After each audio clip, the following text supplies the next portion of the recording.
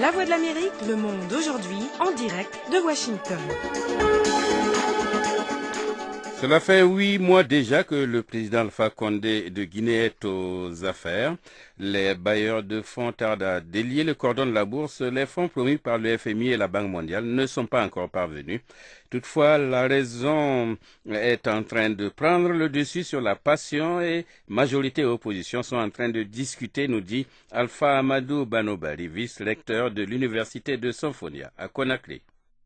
Il faut partir de l'hypothèse que chacun a mesuré le chemin à parcourir, chacun voit les difficultés et les contraintes liées à l'exercice du pouvoir. Disons, c'est le début de la sagesse. Ce n'est pas encore totalement la sagesse. Il est possible que la situation devienne encore un peu plus dure lorsque le pouvoir va regarder le contenu du mémorandum et qu'il ne voudra probablement pas céder sur tous les points. Mais disons, le premier pas est très important. À partir du moment où les gens se parlent, il est toujours possible de s'entendre. Quels sont les points sur lesquels les deux parties ont besoin de s'entendre? Il y a beaucoup de points. Certains seront probablement plus importants que d'autres. Il y a la question de la CENI dans son ensemble, c'est-à-dire la recomposition, la modification des textes des attributions de la CENI.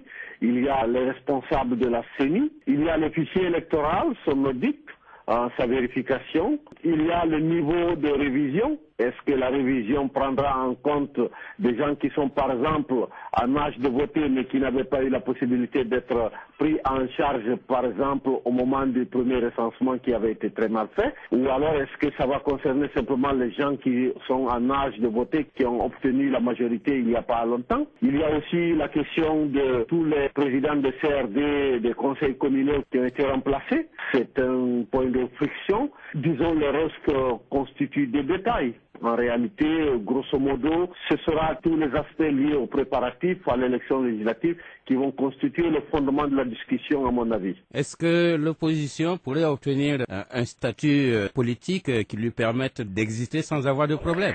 Écoutez, dans les textes, ça existe déjà.